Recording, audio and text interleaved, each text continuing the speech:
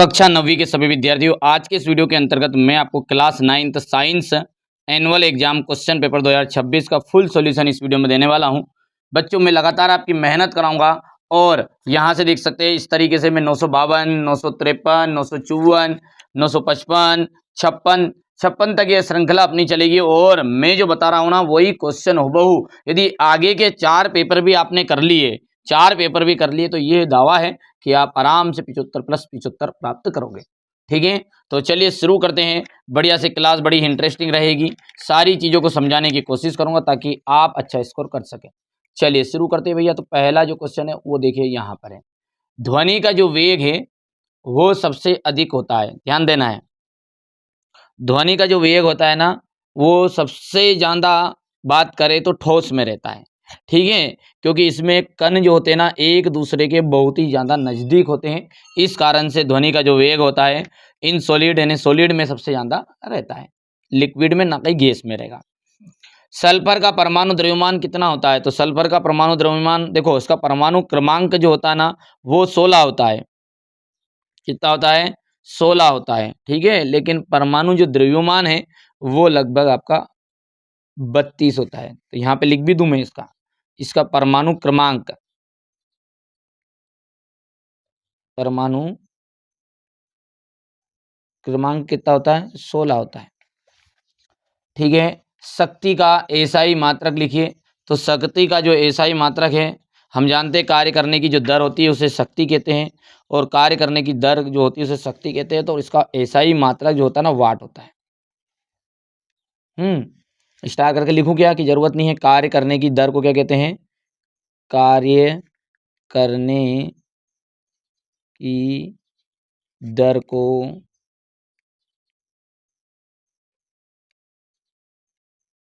शक्ति कहते हैं। याद रहेगा इतनी चीजें।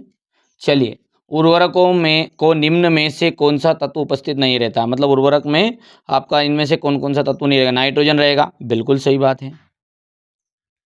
नाइट्रोजन के बाद में इसमें पोटास रहेगा, बिल्कुल सही। पोटेशियम रहेगा, फास्फोरस रहेगा।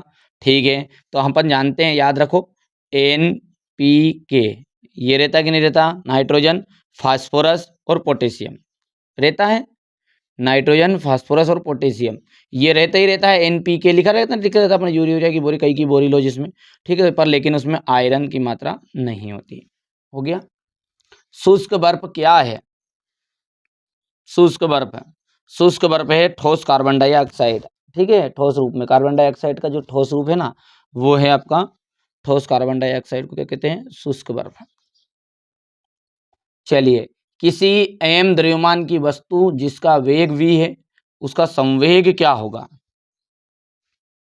संवेग क्या होगा? तो संवेग का फॉर्मूला पता है आपको क्या है? P इज इक्वल टू होता है mv। P is equal to होता है mv। देखो कहाँ पे लिखा है, तो इसका संवेग होगा mv और क्या है? द ऑप्शन राइट रहेगा। हो गया। अब ये देख सकते हैं यहाँ पर हमारे इंग्लिश मीडियम वाले बच्चों के लिए थोड़ा सा छोटा करके चीज़ों को समझा देते हैं कि the velocity of sound is highest in, तो इन सॉलिड। एटॉमिक मास के जो नंबर है वो सल्फर का कितना रहेगा? आपका 32 रहेगा। The unit of power is, तो यहाँ पर आ जाएगी वाट। वाट से नहीं वाट है। यहाँ से आयरन, और वाट इज ड्राई आइस, तो सॉलिड कार्बन डाइऑक्साइड। यहाँ से आपका mv आ जाएगा। ठीक है भैया, हो गया। चलिए आगे बढ़ाए जुलूस। अब देखिए क्वेश्चन नंबर जो 2 है वो क्या कह रहा है आपका? किसी वस्तु की गतिज ऊर्जा उसकी चाल के साथ समानुपाती होती है। किसी वस्तु की जो गतिज ऊर्जा है उसकी चाल के साथ क्या होती है? समानुपाती होती है। गति का प्रथम नियम न्यूटन ने दिया था। गति का जो प्रथम नियम वो किसने दिया था? न्यूटन ने। फसल की किस्मों में ऐच्छिक गुणों को संकरण द्वारा प्राप्त किया जा सकता है। फसल की किस्मों को में ऐच्छिक गुणों को किसके द्वारा प्राप्त किया जा सकता है? संकरण के द्वारा प्राप्त किया जाता है। प्रति एकांक आयतन के द्रव्यमान को, प्रति एकांक आयतन के द्रव्यमान को क्या कहा जाता है? तो घनत्व कहा जाता है। क्या कहा जाता है? घनत्व। श्रव्य तरंगों की जो परास है वो आपकी 20,000 हर्ट्ज तक होती है। कितनी होती है 20,000 हर्ट्ज तक। 25 डिग्री सेल्सियस पर जल की भौतिक अवस्था द्रव होती है। यदि 25 डिग्री सेल्सियस है जल की भौतिक अवस्था तो वो क्या बन जाएगी, द्रव बन जाएगी।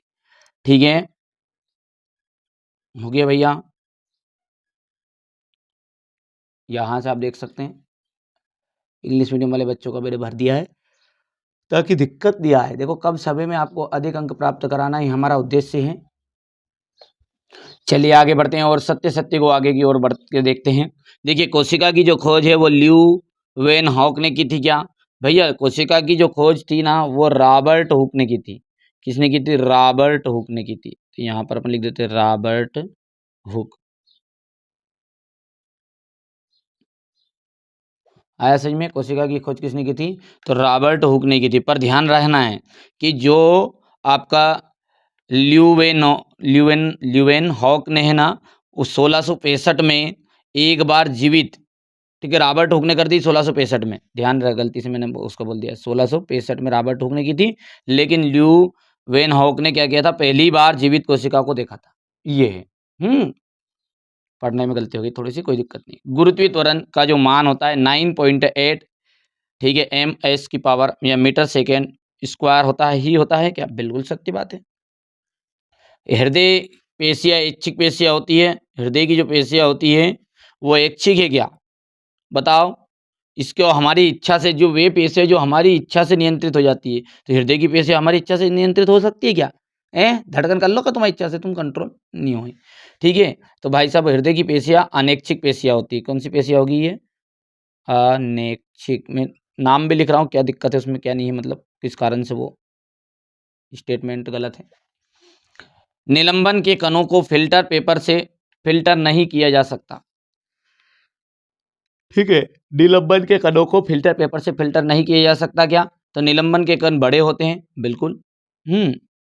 तो इन्हें अपन फिल्टर पेपर की तरह से आसानी से नहीं किया जा सकता, और क्या है। तो ये भाई साहब असत्य बात है। संयोजकता परमाणु की संयोजन शक्ति होती है, ट्रू बात है ये। अणुओं के बीच स्थान ठोसों में अधिकतम होता है। अणुओं के बीच जो स्थान है ठोसों में अधिकतम होता है क्या भाई साहब? ठोसों में न्यूनतम होता है, न्यून। हो गया। चलिए यहाँ से अपन ट्रू फाल्स को देखते हैं। यहाँ से पहला आपका हो जाएगा फाल्स, रॉबर्ट हुक ने की थी जबकि ये। दूसरा है आपका, ये आपका ट्रू है। थर्ड वाला फाल है। फोर्थ भी फाल्स रहेगा, फिफ्थ ट्रू है, और सिक्स वाला आपका फाल्स रहेगा। हो गया भैया, हो गया इतना। चलिए क्वेश्चन नंबर 4 की ओर आगे बढ़ते हैं और क्वेश्चन नंबर 4 में देखते हैं सही जोड़ी। ठीक है, अब देखिए जोड़ी को समझ लेते हैं। बल का जो होगा द्रव्यमान इंटू त्वरण। कार्य का एसआई मात्रक हम बात करते हैं तो कार्य जो है ना, ठीक है, सदिश है ना, कार्य का जो एसआई मात्रक होता है वो क्या होता है? कार्य का एसआई मात्रक होता है जूल। सदिश राशि, तो सदिश राशि क्या है आपकी? वेग में परिवर्तन की जो दर होगी, मतलब यहाँ पर अपन बात करते हैं सदिश राशि आपकी, यदि बात करें अपन यहाँ से, ठीक है, तो सदिश राशि के अंतर्गत बेटा ये आ जाएगा क्योंकि ये संवेग वाला है, तो ये थर्ड वाला है, इसको संवेग के तो ऐसा ही मात्रक है ये, है ना। चलिए एक अश्व शक्ति, तो एक अश्व शक्ति बराबर ये पे होता है 746 वाट। त्वरण जो होता है वेग में परिवर्तन की दर होती है त्वरण। और अदिश राशि जो हो गया वो अदिश राशि होती है दूरी। ठीक है भैया, अदिश राशि होगी दूरी। कर पाओगे? अब देखिए यहाँ से आपका ये हो जाएगा फिफ्थ वाला, ये फर्स्ट वाला है, ये फोर्थ है आपका, ये यहाँ से अपन बात करते हैं तो ये यहाँ से आपका हो जाएगा, ये थर्ड है ये। ठीक है, डिस्टेंस वाला 6 है, सॉरी। तो देखिए बेटा मैंने भर दिया, मिसप्रिंट है यहाँ पे, इसलिए चीज़ों को कंप्लीट कर लिया है ना, थोड़ा बहुत गलती हो जाती है। चलिए यहाँ पर अपन देखते हैं अब एक वाक्य में उत्तर, तो एक वाक्य में उत्तर को भर दिया हमारे बच्चों के लिए पहले से ही। देखिए दाब का को परिभाषित कीजिए। किसी सतह के प्रति इकाई क्षेत्रफल पर लगे बल को ही दाब कहते हैं। उस कंपोस्ट का नाम बताइए जो जिसका निर्माण केचुए की सहायता से होता है। वर्मी कंपोस्ट, ऐसी धातु, एक ऐसी धातु का नाम बताइए जो कमरे के तापमान पर द्रवावस्था में पाई जाती है, तो पारा या मरकरी। चमगादड़ उड़ते समय इस प्रकार की तरंगे पैदा करते हैं, तो पराश्रव्य तरंगे। 100 डिग्री सेल्सियस तापमान में को केल्विन इकाई में परिवर्तित कीजिए, तो 373.15 केल्विन। ऊतक को परिभाषित कीजिए। कोशिका का वहाँ समूह जिसकी उत्पत्ति संरचना का समान हो उसे ऊतक कहते हैं। ठीक है, यहाँ से देख सकते हैं, हो गया।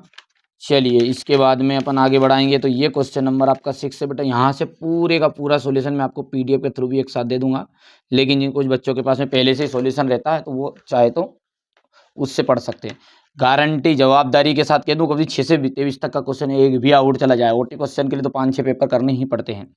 ठीक है, बहुत ही सिलेक्टेड क्वेश्चन बता रहा हूँ बेटा, बहुत ही ज़्यादा। ठीक है, चलिए ऊर्ध्वपातन को परिभाषित कीजिए, गलनांक को परिभाषित करना है, शुद्ध पदार्थ से आप क्या समझते हैं, निक्षेपण, स्थिर अनुपात का नियम। ठीक है, यहाँ पर इनके निम्न के सूत्र लिखे, एल्यूमिनियम ऑक्साइड, कैल्शियम हाइड्रोक्साइड, 3 कक्षाओं वाले बोर के परमाणु मॉडल का चित्र हो गया। संयोजकता किसे कहते हैं, माइटोकॉन्ड्रिया को कोशिका का बिजली घर या पावर हाउस क्यों कहते हैं, लाइसोसोम को आत्मघाती थैली क्यों कहते हैं, कार्डियक या हृदय पेशी और आरेखित पेशी का नामांकित चित्र बताना है, रेखित और आरेखित पेशी में 2 अंतर बताने हैं। ये सबका सॉल्यूशन भी एक साथ आपको प्रोवाइड कराऊंगा, कोई चिंता की जरूरत नहीं है।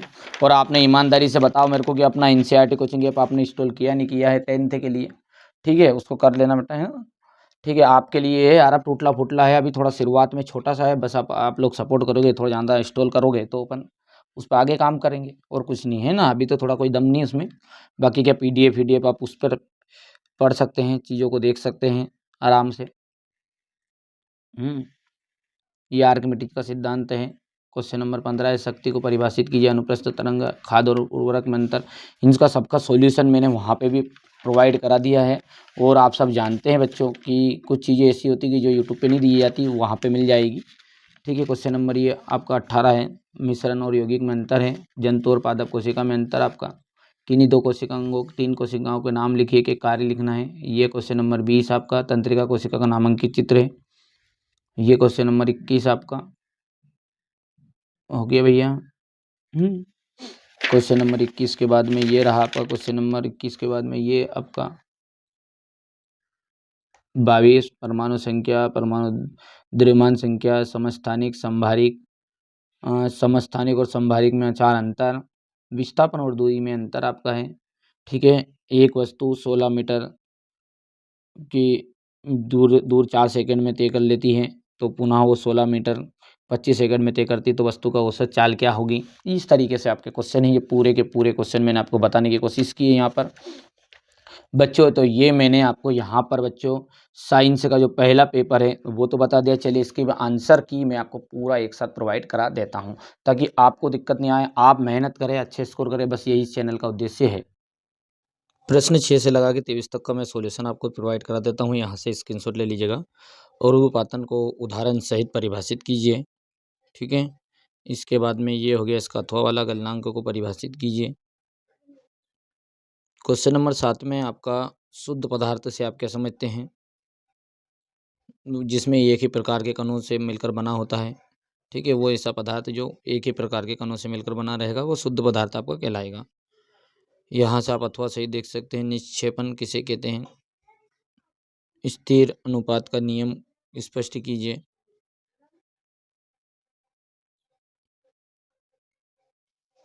हो गया, इसके बाद में यहाँ से अपना ये अथवा वाला है क्वेश्चन।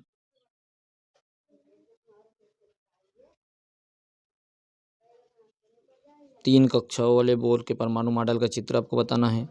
इसी के अथवा में आपका दिया गया संयोजकता किसे कहते हैं, किसी एक आयन की संयोजकता लिखिए। माइटोकॉन्ड्रिया को कोशिका का बिजली घर या ऊर्जा घर क्यों कहते हैं, लाइसोसोम को आत्मघाती थैली क्यों कहते हैं। हो गया है। कार्डियक यानी कि हृदय पेशी और आरेखित पेशी का नामांकित चित्र बताना है आपको। रेखित और आरेखित पेशी में अंतर,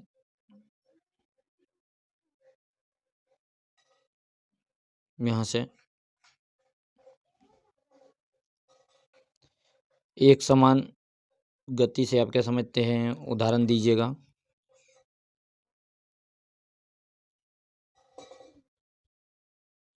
औसत चाल या एवरेज स्पीड क्या है, इसका फॉर्मूला लिखना है आपको। इसकी यूनिट भी लिखनी है, एसआई यूनिट। प्रणोद किसे कहते हैं, इसका एसआई मात्रक लिखना है। इसी के अथवा वाला है आपका कि जब किसी छड़ी या दरी को पीटा जाता है तो धूल के कण बाहर निकल जाते हैं। देखिए सिंपल वे में आंसर मैंने आपको प्रोवाइड कराने की कोशिश की है।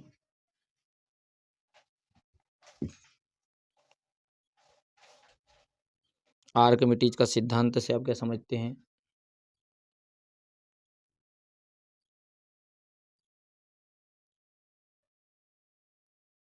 किसी वस्तु की स्थितिज ऊर्जा को परिभाषित कीजिए।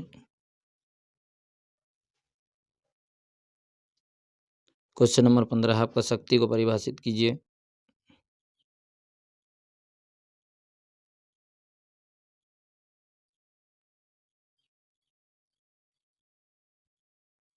किसी वस्तु की स्थितिज ऊर्जा पोटेंशियल एनर्जी और एक काइनेटिक एनर्जी होती है।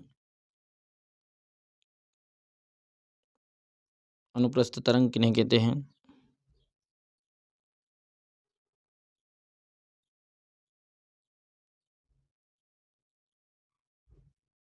ध्वनि के परावर्तन या बहुल परावर्तन के कोई दो उपयोग।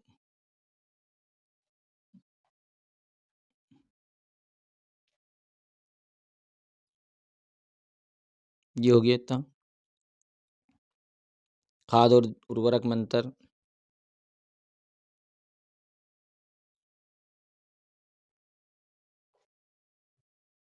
खरपतवार किसे कहते हैं?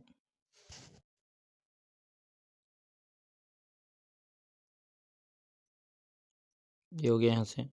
निम्न को उदाहरण सहित व्याख्या कीजिए। संतृप्त विलयन, असंतृप्त विलयन, संतृप्त विलयन, कोलाइड विलयन और शुद्ध पदार्थ।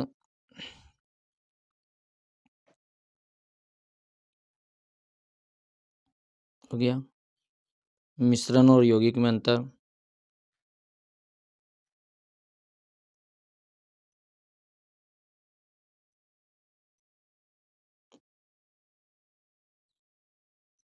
जंतु और पादप कोशिका में कोई तीन अंतर बताइए।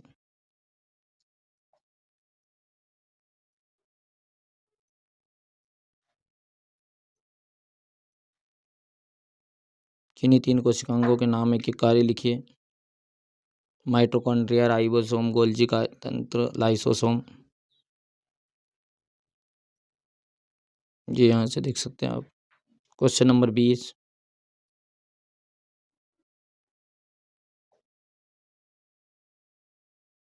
हो गया। तंत्रिका कोशिका का नामांकित चित्र बनाइएगा। Question number 21। क्वेश्चन नंबर ये यहाँ से देख सकते हैं।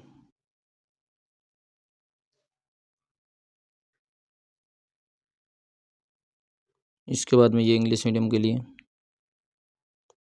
क्वेश्चन नंबर 22 में देख सकते हैं परमाणु संख्या, द्रव्यमान संख्या, समस्थानिक, संभारिक। ठीक है, ये देख लीजिए। ये हो गया।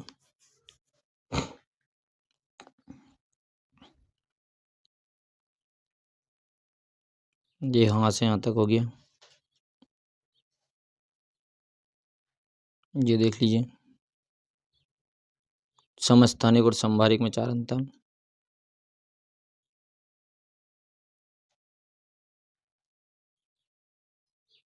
चलिए इसके आगे है आपका दूरी और विस्थापन में अंतर।